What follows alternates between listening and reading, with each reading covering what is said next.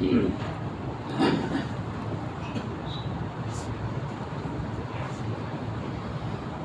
لله رب العالمين والعاقبة للمتقين والصلاة والسلام على سيد الأنبياء والمرسلين وعلى آله وأصحابه أجمعين ومن تبعهم بإحسان إلى يوم الدين. أما بعد فأعوذ بالله من الشيطان الرجيم. بسم الله الرحمن الرحيم.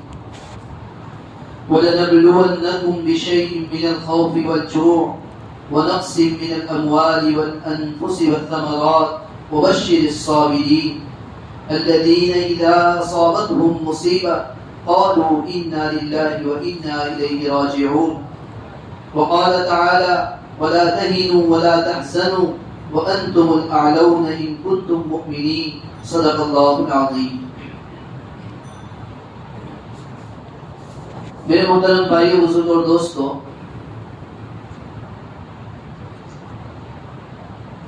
دنیا کے اندر آج امت مسلمہ پر مختلف حالات ہیں. دن بدن نئی مصیبت، نیا فتنہ، نئی مشکلات. ہر صبح ایسا محسوس ہوتا ہے کہ ایک نیا فتنہ رونما ہو چکا ہے، ایک نئی مصیبت آ پڑی ہے. یہ مصیبت دو طرح کی ہوتی ہے.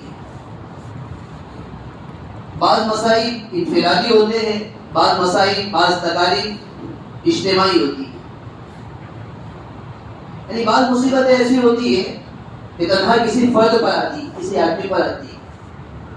کسی کی جان کا نقصان ہو گیا، کسی کے مال کا نقصان ہو گیا، کسی کا گھر ختم ہو گیا، کسی کے والد کا انتقال ہو گیا، کسی کی ماں کا انتقال ہو گیا. اور بعض مصیبت ایسی ہوتی ہے جو اجتماعی ہوتی ہے، فرد پر نہیں، جماعت پر آتی ہے، پوری امت مسلمہ پر آتی ہے. مسائل کے آنے کے بعد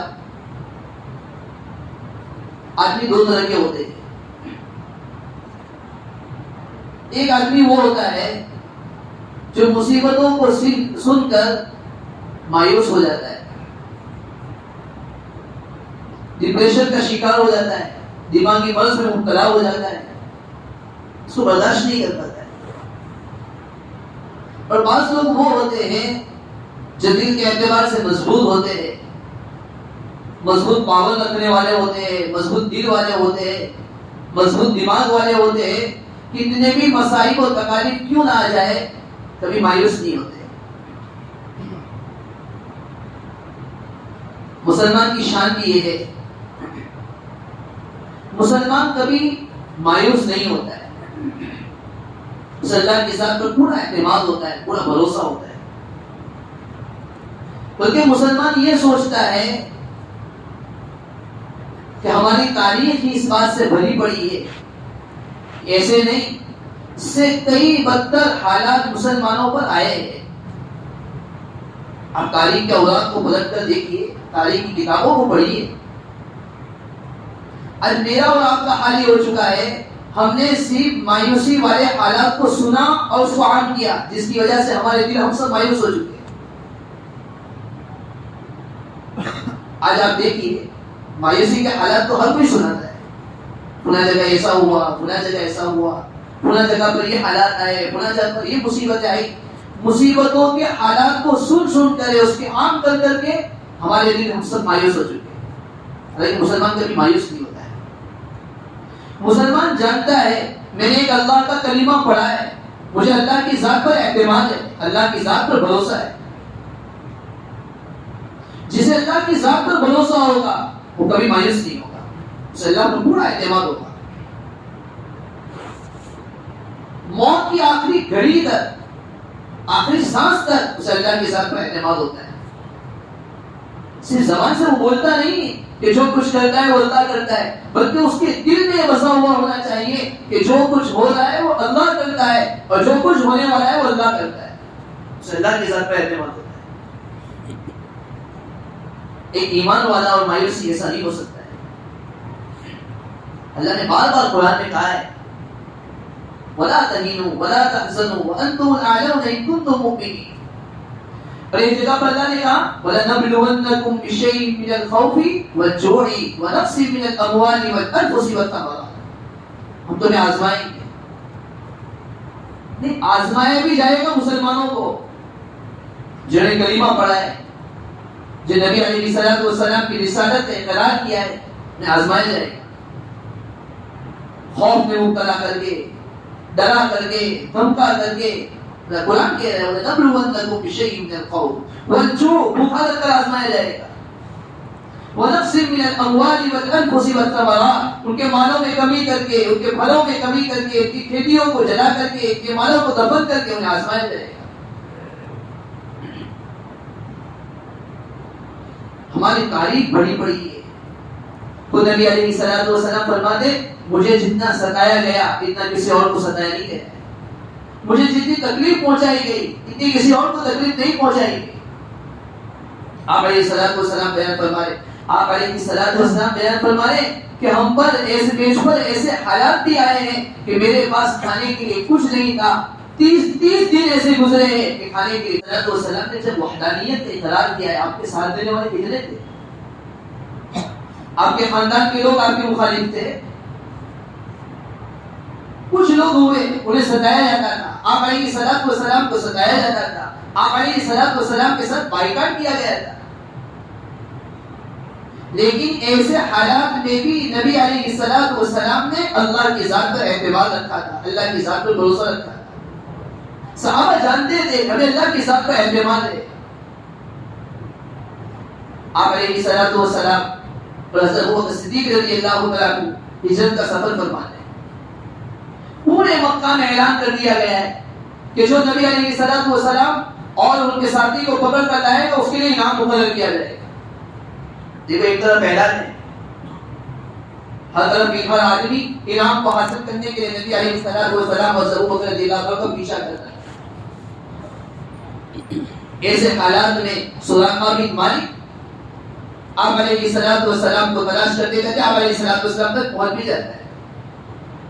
بعض کفار مکہ کا حال یہ تھا، نبی علیہ الصلوۃ والسلام جہاں چھپے ہوئے تھے، آپ علیہ الصلوۃ والسلام جہاں چھپے ہوئے ہیں وہاں تک وہ پہنچ بھی گئے.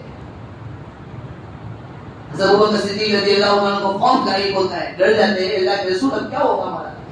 یہ تو یہاں تک پہنچ گئے کہ پیر نظر آ رہے کہ یہ آ چکے یہاں پر.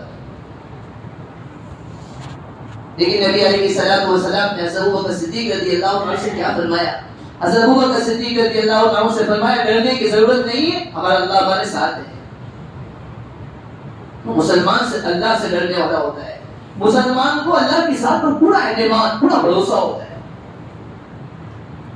حالات کچھ بھی ہو جائے، حالات کتنے بھی بدل کیوں نہ جائے، مسائل کتنے بھی کیوں نہ آ جائے، تکالیف کتنی بھی کیوں نہ آ جائے، پریشانیوں کو کتنا ہی سامنا کیوں نہ کرنا پڑے، وہ اللہ کی ذات پر اعتماد رکھتا ہے. ہم مایوسی کو چھوڑ دیں، مایوسی کے تذکیروں کو بھی چھوڑ دیں، مایوسی کی خبروں کو پھیلانا بھی چھوڑ دیں. مسلمان اللہ کی ذات پر اعتماد رکھتا ہے. بلکہ غور کرے کہ جو حالات ہم پر ہیں، جو مصائب ہم پر ہیں، ان مصیبتوں اور ان حالات کا سبب کیا ہے، اس پر غور کریں. ایک زمانہ ایسا تھا کہ مسلمانوں کو ہر اعتبار سے ترقی حاصل تھی. مسلمان قوم پر پہلے غالب تھی، مسلمانوں کو غلبہ حاصل تھا. تعلیم کے اعتبار سے، ترقی کے اعتبار سے، ہنر کے اعتبار سے، ہر اعتبار سے مسلمان غالب تھا. اور اس کی وجہ یہ تھی کہ اسلام سے مسلمانوں کو محبت تھی، تعلیماتی اسلامی سے مسلمان واقف تھا، اسلام کے احکام پر مسلمان عمل کرنے والا تھا. سن 16 کا واقعہ ہے. سن 16 میں حضرت عمر فاروق رضی اللہ عنہ کی حکومت تھی. حضرت عمر فاروق رضی اللہ عنہ نے حضرت ابو عبیدہ بن جراح رضی اللہ عنہ کو فلسطین کی طرف بھیجا. پورے عیسائیوں کا مسلمانوں نے محاصرہ کر دیا. سب عیسائی بیت المقدس کے اندر بند ہو گئے. کچھ عرصے کے بعد صلح کرنے کے لیے تیار ہو گئے کہ ہم صلح کرتے ہیں. لیکن صلح کرنے کی ایک شرط ہوگی، وہ شرط یہ ہوگی کہ آپ کا خلیفۃ المسلمین، آپ کا جو خلیفہ ہے، آپ کا جو بادشاہ ہے، وہ خود یہاں آئے اور ہمارے ساتھ صلح کرے، تو ہم صلح کریں گے۔ لشکر کا جو بادشاہ امیر تھا حضرت ابو عبیدہ بن جراح رضی اللہ عنہ، انہوں نے حضرت عمر فاروق رضی اللہ عنہ کو پیغام بھیجا کہ یہ عیسائی حضرات آپ کے ساتھ صلح کرنے کے لیے تیار ہیں، لیکن انہوں نے شرط یہ لگائی ہے کہ آپ یعنی ابو حضرت عمر رضی اللہ عنہ خود یہاں پر پہنچیں گے تو ہم صلح کریں گے۔ حضرت عمر فاروق رضی اللہ عنہ فلسطین کی طرف روانہ ہوئے۔ کتابوں میں لکھا ہے حضرت عمر فاروق رضی اللہ عنہ جب آ رہے ہیں، آپ کے جسم پر ایک تہبر ہے، ایک تہبر، اور آپ نے کرتا پہن رکھا ہے جس پر کئی تہبر لگے ہوئے۔ دیکھو وقت کے بادشاہ کا یاد۔ حضرت ابو عبیدہ بن جراح رضی اللہ عنہ نے عمر فاروق رضی اللہ عنہ سے فرمایا، یہ ہمارے بادشاہ ہے خلیفۃ المسلمین، آج جس قوم کے پاس جا رہے ہیں یہ متبدل، یہ تہذیب یافتہ قوم ہے، یہ حال میں آپ جائیں گے تو آپ ہم کو اور اسلام کو بدنام کریں گے، آپ کی کیا عزت ہوگی، ہماری کیا عزت رہے گی کہ ان کے بادشاہ کا یاد ہے۔ آپ نے تو ایسا لباس پہنے، ایک تہبر پہن رکھا ہے اور ایک کرتا پہن رکھا ہے جس پر کئی بھیو لگے ہوئے۔ حضرت عمر فاروق رضی اللہ عنہ نے کتنا پیارا جواب دیا۔ حضرت عمر فاروق رضی اللہ عنہ نے جواب دیا کہ ہمارا رعب و دبدبہ اسلام کی وجہ سے ہے، کپڑوں کی وجہ سے نہیں ہے۔ جب تک ہم اسلام کو اپنائے رکھیں گے اللہ تعالیٰ ہمیں عزت عطا فرمائے گا، اور جب ہم اسلام کو چھوڑ کر اور چیزوں کو اپنائیں گے تاکہ اسے ہمیں عزت ملے، اللہ تعالیٰ ہمیں ذلیل و خوار کر دے گا۔ یا دیکھنے کی ضرورت ہے، غور کرنے کی ضرورت ہے۔ ہمارے اسلاف کا، ہمارے صحابہ کا، ہمارے اکابر کا حال یہ تھا، ان کے کپڑوں میں پیون لگا ہوا ہے لیکن پھر بھی اللہ تعالیٰ نے انہیں غوث و دبدبہ عطا فرمایا ہے۔ آج ہمارا لباس تو عمدہ ہے لیکن ہمارا غوث و دبدبہ نہیں۔ ان کے جوتیاں، ان کے چپل کھجور کے بنے ہوئے، ہمارے جوتے اور ہمارے چپل قیمتی سے قیمتی ہے لیکن پھر بھی ہمارا غوث و دبدبہ نہیں۔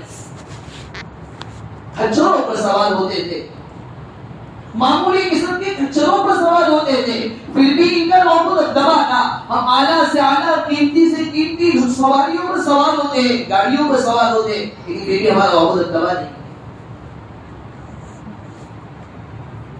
غوث و دبدبہ اسلام کی وجہ سے ہوتا ہے، اسلام کو اپنانے سے ہوتا ہے، اسلامی احکام پر عمل کرنے سے ہوتا ہے۔ ایک حدیث یاد آ گئی، دیکھو نبی علیہ الصلوۃ والسلام نے آج سے 1400 سال پہلے ایک حدیث بیان فرمائی۔ اس حدیث میں ہم غور کریں اور آج کے زمانے کو دیکھیں، ایسا معلوم ہوتا ہے گویا نبی علیہ الصلوۃ والسلام کے سامنے سب چیزیں کر دی گئی تھی، قیامت تک کی چیزیں آپ کے سامنے کر دی گئی تھی، گویا آپ نے اس کو دیکھ کر بیان کیا ہے 1400 سال پہلے۔ ایک حدیث میں نبی علیہ الصلوۃ والسلام نے بیان فرمایا، یوشک الامم ان تداعى علیکم کما تداعى الاکلۃ الی قصعتها۔ آپ علیہ السلام نے فرمایا قریب ایک زمانہ ایسا آئے گا،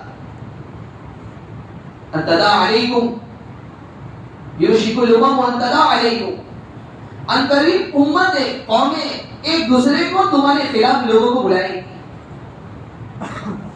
جسے دسترخوان پر کھانے والا کھانے کے لیے ایک دوسرے کو بلاتا ہے پیارے کی طرف کہ آ جاؤ کھا لو کھا لو، اس کو بھی بلاتا ہے، اس کو بھی بلاتا ہے۔ قریب ایسا زمانہ آئے گا قومیں سب ایک ساتھ جمع ہو جائیں گی اور تمہیں تمہارے خلاف لوگوں کو بلائیں گے، سب ایک ہو جائیں گے۔ کما تداعى الاکلۃ الی قصعتها۔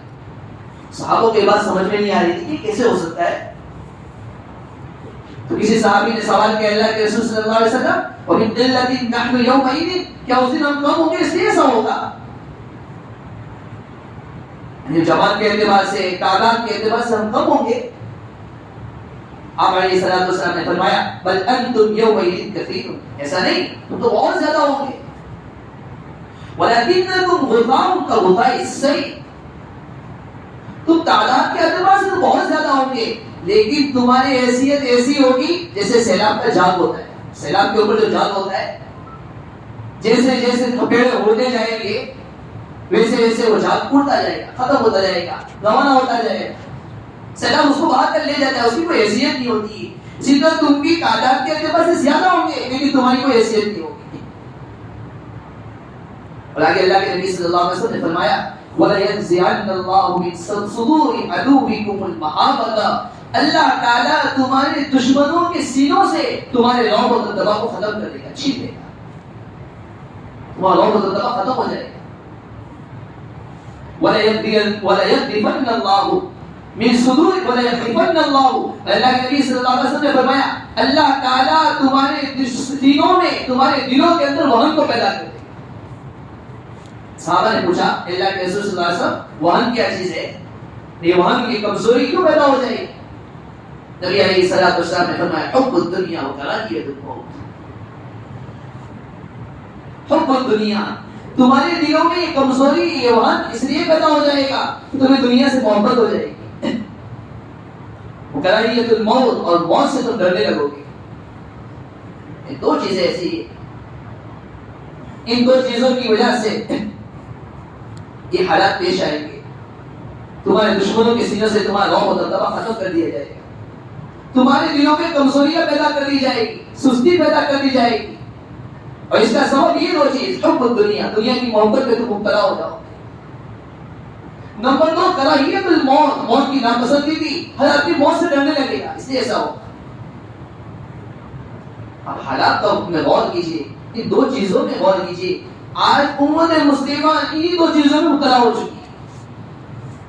ہر آدمی کو دنیا سے محبت ہے، اسلام سے محبت ختم ہو چکی ہے، ہر آدمی کو دنیا سے محبت ہے، پرانی تعلیمات سے محبت ختم ہو چکی ہے۔ تو پہلی چیز یہ ہے آدمی مایوسی کو چھوڑ دے، اللہ تعالیٰ کی ذات پر پورا اعتماد رکھے، پورا بھروسہ رکھے، وہ یہ سوچے کہ مجھے اللہ کی ذات پر پورا اعتماد ہے، اللہ کی ذات پر پورا اعتماد، پورا بھروسہ۔ میرے پاس ایک ایسی چیز ہے، ایک ایسا کلمہ ہے، ایک ایسا کلمہ میں نے پڑھا ہے، چاہے میں کتنا ہی گنہگار کیوں نہ ہوں، کتنا ہی گناہ میں نے کیوں نہ کیا، میرے پاس ایک کلمہ ایسی چیز ہے اس کی وجہ سے اللہ تعالیٰ مجھے دنیا کے کونے کونے کے اندر غالب کرے گا۔ کلمہ اتنی عمدہ چیز ہے۔ نمبر 2 جو اسباب ہیں، ان اسباب سے اپنے آپ کو بچائے، مایوسی کو ختم کرے، دنیا کی محبت کو ختم کرے، آپس میں اتحاد و اتفاق کو پیدا کرے۔ اور بھی کچھ باتیں انشاءاللہ آئندہ کبھی عرض کروں گا۔ اللہ تعالیٰ شانوں سے دعا ہے اللہ تبارک و تعالیٰ ہماری مایوسی کو ختم کر دے، اسلام کو تمام چیزوں پر غالب فرما دے۔ آمین۔ واخر دعوانا الحمدللہ رب العالمین۔